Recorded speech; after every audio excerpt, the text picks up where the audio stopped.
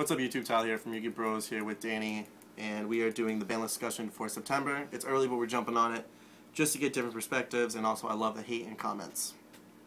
So to start off, we are going from what we think will be put to 3 all the way to banned.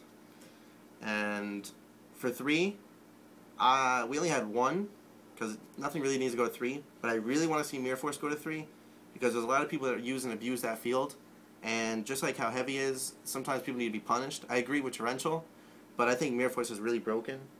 And I think putting it to 3 would be nice. It's not necessary, but it's nice. For Semi, we did Mizuki, Spellbook of Secrets, TG Striker, Dragoons, Eradicator, and Compulse. My big one on this was Mizuki. I think with the zombie support, whatever, I think Mizuki's going to make it really broke. It's also going to be really good in general. I mean, it's a great card, but I think it will speed the deck up to make it to be more like a tournament type deck that will actually compete instead of being something that's just more of a tier 2 fun deck. My big one was TG Striker on this, because TG Striker would allow for Madolches and Psychic decks to OTK that much easier. Because say you have the Madolche combo in your hand, which is basically having Hookake, Mewfuel, and any Madolche spell card. Basically, if you have that, you automatically can OTK. If you have, you also need a Warwolf. So if you have a Striker, a Warwolf, a Mewfuel, and a way to get Hookake to your hand, you can automatically OTK. And in this sense, you can do it like that. But then instead of having that dead Hookake after you use its effect to blow up for the OTK, you can sync with it and make a Catastor. You could make any of the rank 5s. You could even make the Wonder Magician. There's that new generic rank 5 coming out. Yeah, there's also that new Synchro 5 whatever coming out. So that means your field can end up with the Hookake, a Pudding Cess, or not a Pudding Cess, a Tiramisu, a second Hookake, another monster, and you could just have a full field attacking into whatever. And then it seems like a good top deck in general. I mean, well, not top deck, but like a good card just to have in general. Even if you're not going for the OTK, you could still comfortably set up and go for different plays. Yeah, and it gives you a card to search for in the Madolches, because with the Madolches they're playing Warwolf right now, and that's the only TG they're generally playing, which means that they don't get the effect to search when it's destroyed. But if they have that, then they have something to search for. But some people are already playing it at 1, but at 2 it would make it a very good deck, especially if the format slows down just a little bit. Like if dragons get hit a little, spellbooks get hit a little, I feel like Madolches would be an a pretty good deck to play at the competitive level. It gets rid of serious problems because their rank, whatever one, the Tiramisu. Tiramisu is broke as can be. It's so good. Yeah. On the other 2s we touched Spellbook of Secrets, because spellbooks are so broken and everyone's saying Judgment to 1, which is not going to happen. Konami's not going to promote a deck for the past 3 sets and then just automatically kill the best card in it. That's just not how Konami does it, and it's not how they're going to make money. They don't think it's a business, and the best thing they're going to do is slow it down.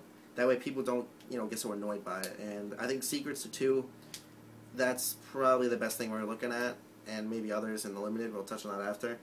Dragoons for the water, just so they're not too overpowered. They're just trying to shine right now because the format is full of spellbooks and dragons, and basically that is the format. And then you have fillers, which is the Constellars, the Evil Swarms, and the Mermails.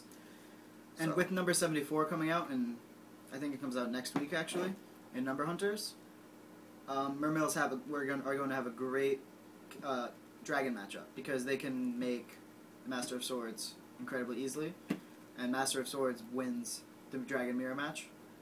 Basically, Dragon Mirror match is going to get 10 times harder after Nationals. If anybody hates the Dragon Mirror match, it's going to get 10 times harder. And Mermails are going to be able to make this card incredibly easily, and they're going to have stuff to back it up, including the Gaioses and all that stuff. And number 74, people don't know, is incredibly broken. Generic rank 7 XYZ, 2700 attack, and when it's targeted by any card effect, you can detach, negate the effect, and then destroy 1 card on your opponent's side of the field. So you can activate your own effects, like you can activate your own breakthrough skill on your monster, and then pop your opponent's monster during battle if, say, they make a Crimson Blader or a Colossal Fighter to get over you. Scrap, anything. You could just get rid of it. Annoying cards. Then we also got Eradicator Compulse. Eradicator is a very overpowered card right now. I personally love it. I don't want it to be touched at all, but, you know, can't always keep the dream alive, so 2 is realistic. It's a little bummer because it's going to change some of the game, but it's got to be stopped. Compulse to 2 because Compulse is really good at 3, and Konami always seems to touch some type of staple, and if I was going to pick one, I'd say Compulse is going to be the drop down. Compulse is just really good against the dragons because they're just like, okay, Dragosack and bounce. That was fun. Or the same thing with like Giles or anything like that. They just bounce it, no problem.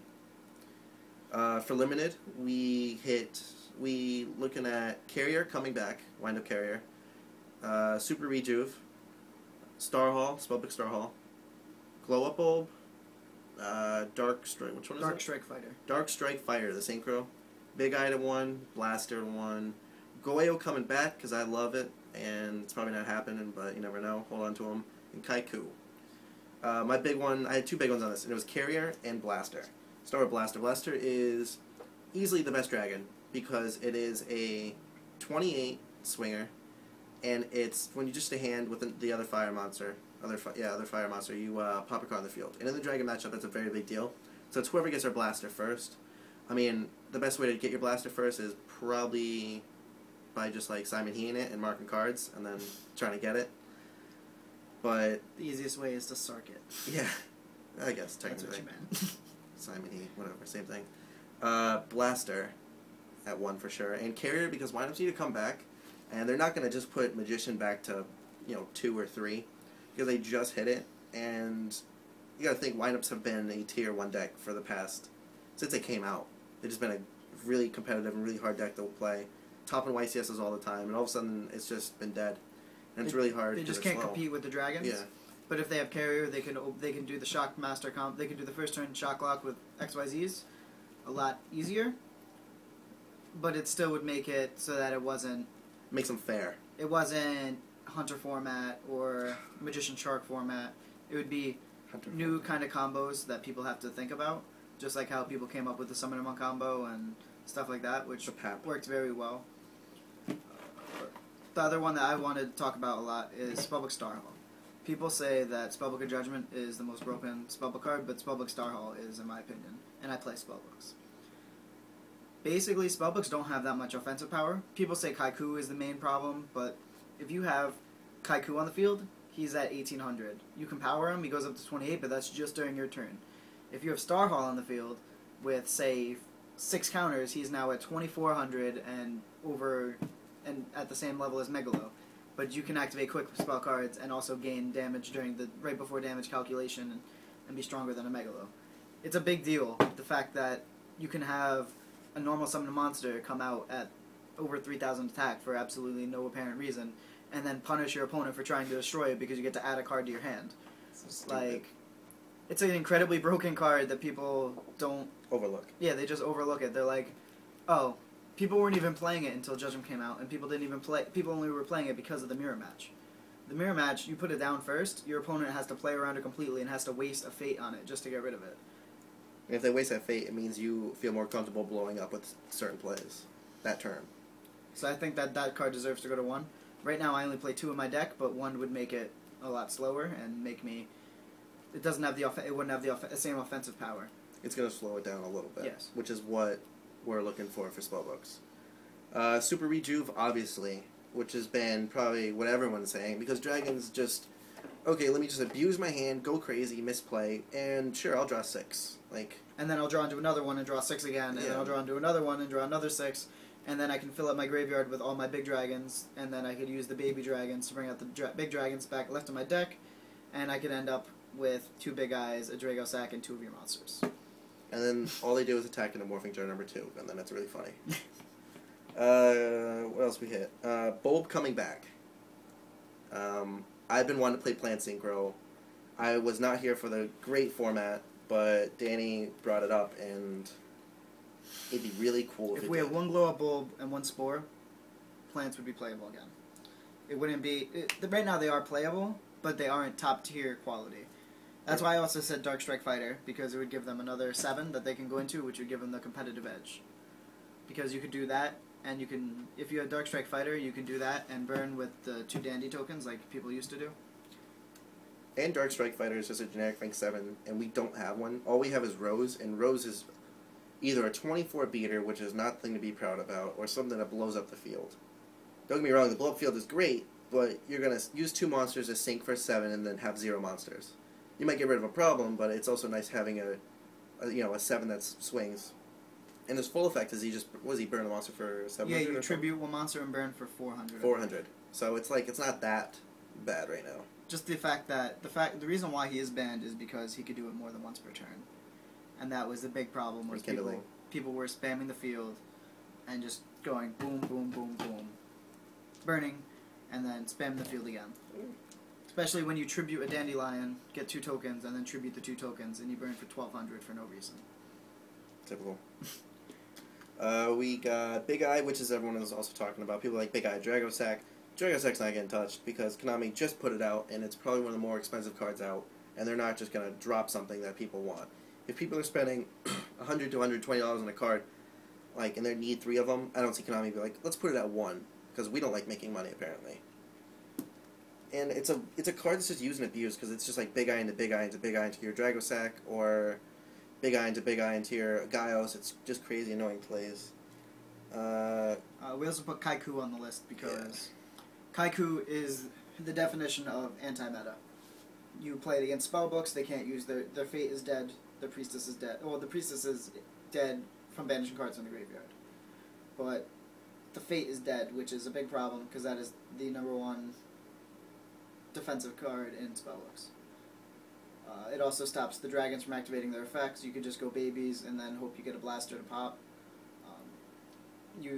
Everybody knows the lock. Kaiku with Jaugen wins game 1 against dragons automatically. I mean, people are now citing in Lightning Vortex, a card that blows up all the monsters on the side of the field just to get rid of that one Kaiku, because it's that big of a problem.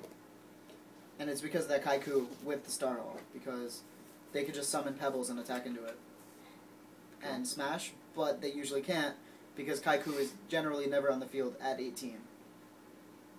True. He may have 1800 attack, but he's generally never at 18. And then our last one was obviously Goyo. Last format going to Miami YCS.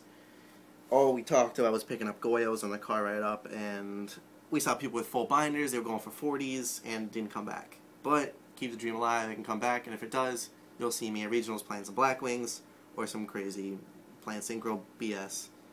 And for banned, we really didn't feel like anything needs to be banned, so we put Trent and Shape Snatch because the OTKs broke. But that's about it, so make sure you comment, tell us why we are wrong and why we are right, because last time we did this it was really funny. And that's about it. Sub, like, let us know.